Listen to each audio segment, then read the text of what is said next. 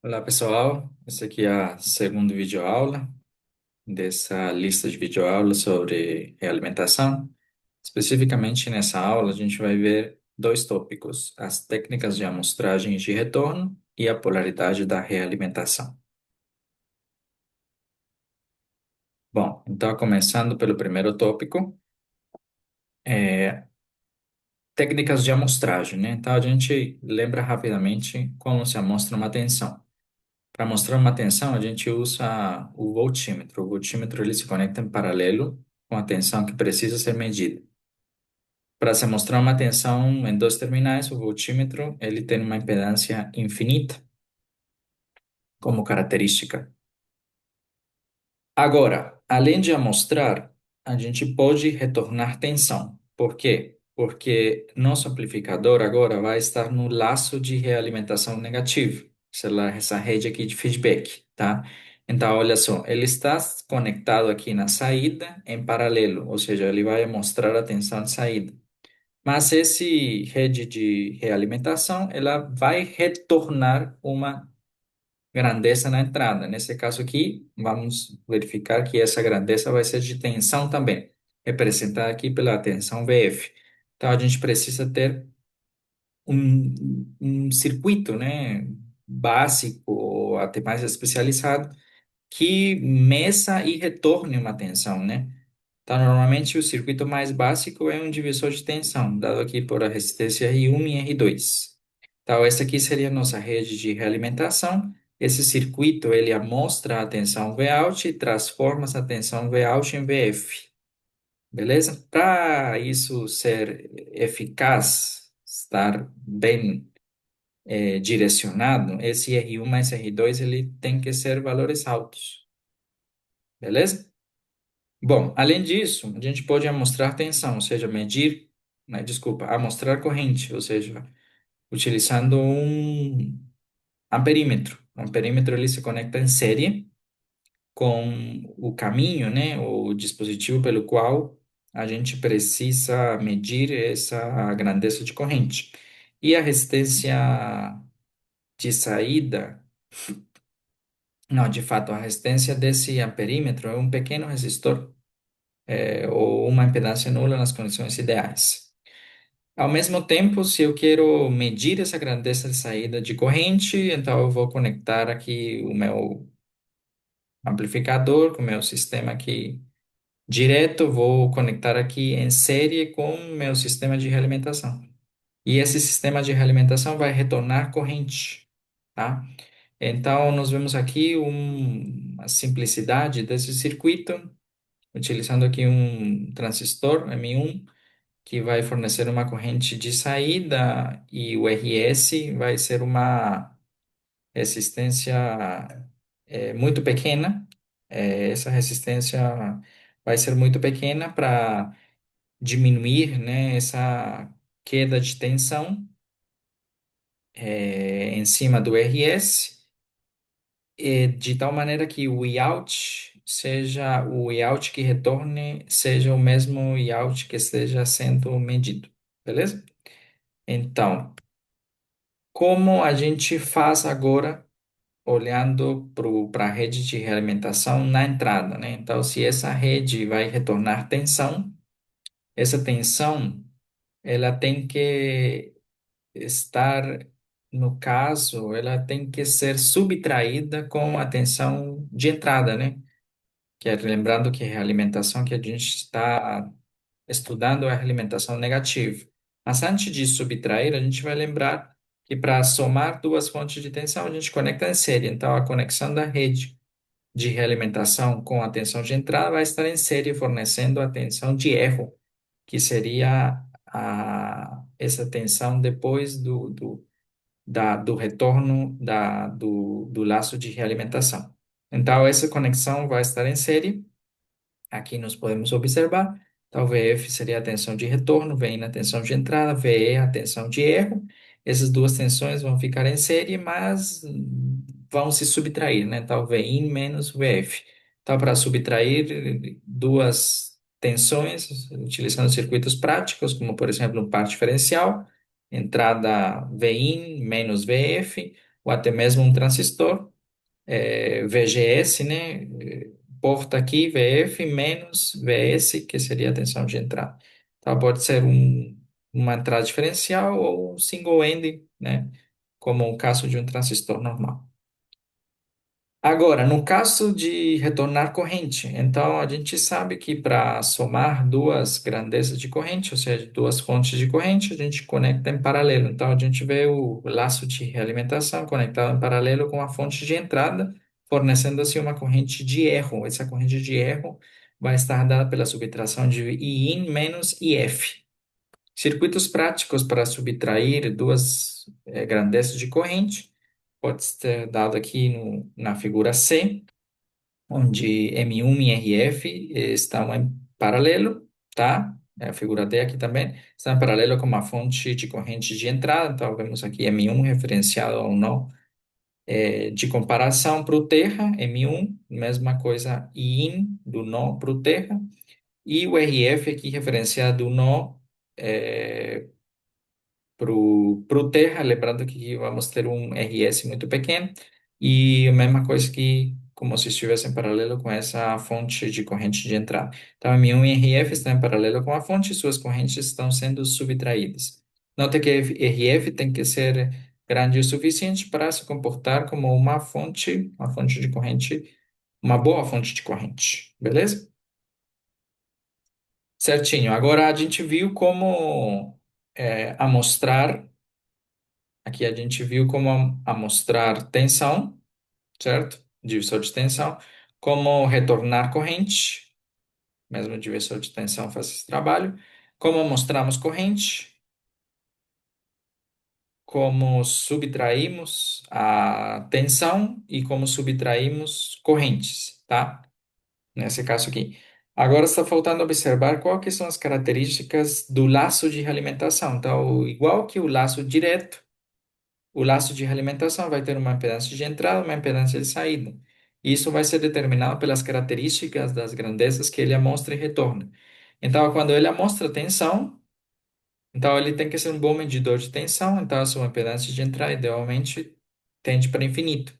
Quando ele amostra corrente, vai amostrar corrente, então ele vai ser um amperímetro, sua impedância de entrada idealmente vai tender para zero. Quando ele retorna tensão, ele vai ser uma boa fonte de tensão, sua impedância de saída vai tender para zero. Quando ele retorna a corrente, vai ser uma boa fonte de corrente, sua impedância de saída tende para infinito. Beleza? Então, isso se refere ao laço de realimentação implementada por diferentes circuitos. A gente tem visto até agora divisor de tensão, por enquanto, tá? Ou apenas uma resistência conectada no laço de realimentação. Existem vários, tá? Então, aqui nós vemos o primeiro exemplo. Então, no primeiro exemplo, técnica de amostragem. Então, primeiro vamos identificar o sistema realimentado, determine os tipos de sinais amostrados e retornados. Então, vamos verificar qual que é a grandeza de entrada, qual que é a grandeza de saída. Então, nós temos aqui uma grandeza de tensão na entrada, uma grandeza de tensão na saída, tá? Então, nós temos aqui um V-in e um V-out, beleza? Além disso, precisamos identificar qual que é o amplificador do laço direto, qual que é o circuito do laço de realimentação, beleza? Então, no sistema direto, a gente vai ter esse par diferencial M1, M2, polarizado com esse espelho de corrente M3, M4, formando aqui o par diferencial com carga ativa.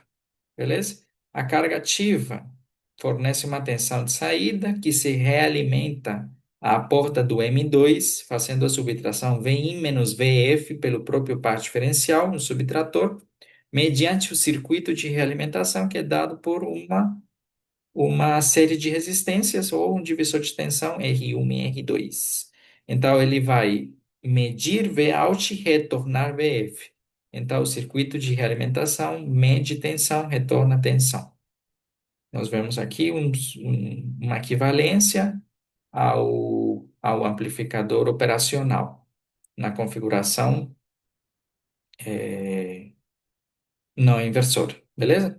Onde o não inversora vai ter como tensão de realimentação pelo circuito divisor de tensão, Vout, que seria a grandeza de saída, vezes R2 sobre a somatória de R1 mais R2.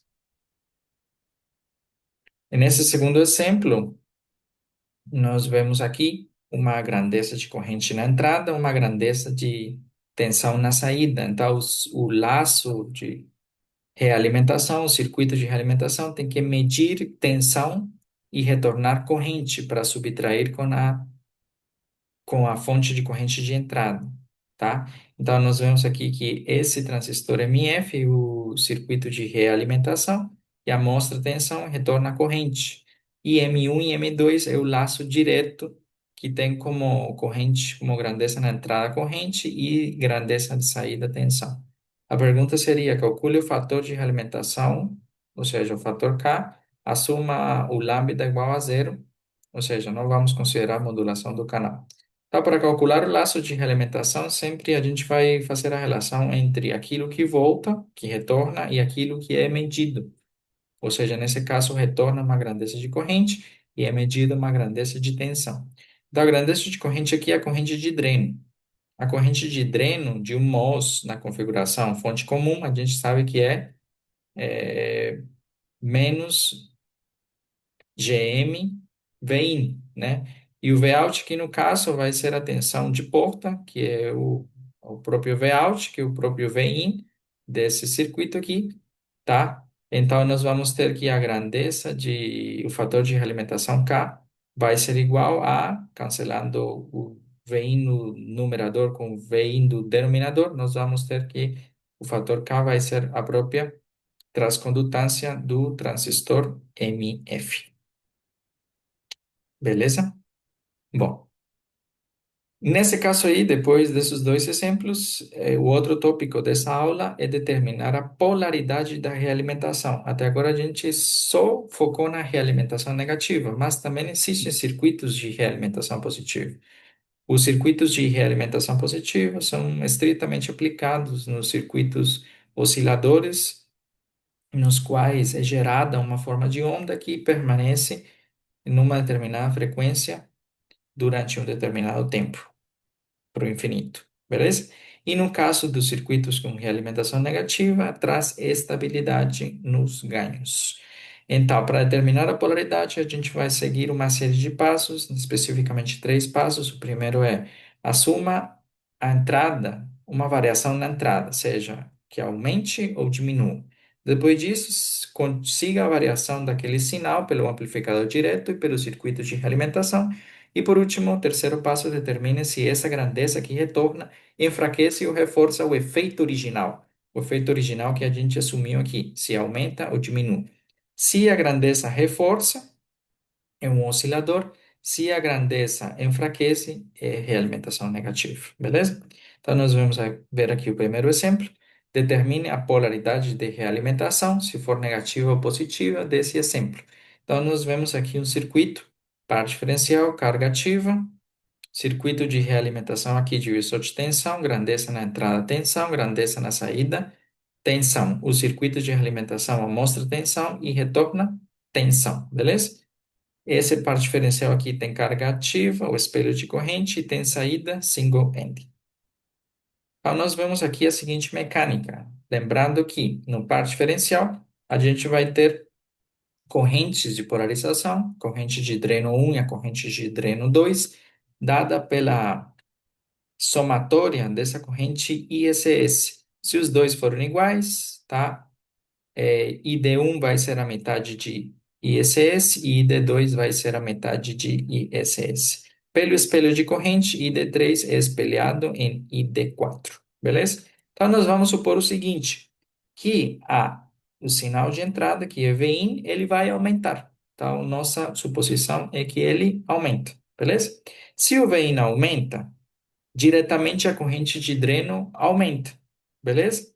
E na mesma proporção, a corrente de dreno, aquele mesmo aumento da corrente de dreno do M1, tá? Essa mesma proporção diminui na corrente de dreno do M2, pelo funcionamento de pequenos sinais do par diferencial. Então, eu aumento aqui um pouquinho a corrente do M1, essa mesma proporção diminui na corrente de M2, beleza? Então, o que vai acontecer com isso? Se a corrente de M1 representar aqui por mais ΔI, vai ser igual à corrente de M3, que é espelhada em M4. Então, aqui nós vamos ter em M4 uma corrente que desce mais ΔI, ó, e a corrente de dreno de M2 vai ter o menos ΔI da compensação do pequeno sinal. Se a gente analisa o nó nesse ponto aqui de saída, correntes que entram vão ser iguais às correntes que saem, tá? Então, aqui temos uma corrente entrando, uma corrente saindo e a corrente saindo que vai para Vout, tá? Então, a corrente de saída vai ser igual a correntes que entram menos a corrente que sai, tá? Então, o Iout aqui vai ser igual a mais ΔI menos ΔI. Então, nós vamos ter duas vezes ΔI como a corrente de saída. E se a gente supõe aqui uma carga conectada na saída, o Vout vai ser duas vezes ΔI vezes RL. E esse ΔI a gente supôs que estava aumentando. Então, se ID1 aumenta, o Vout aumenta, beleza?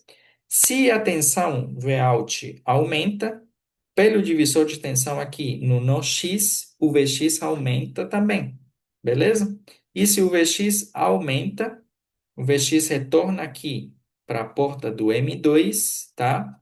Se o Vx aumenta, isso significa que ID2 aumenta, o mais ΔI, e ID1 diminui, beleza? Então, se ID1 diminui, nós estamos em contravia, estamos enfraquecendo a nossa suposição de entrada, que era que ID1 aumentava. Então, nesse caso aqui, a realimentação ela é com a polaridade negativa.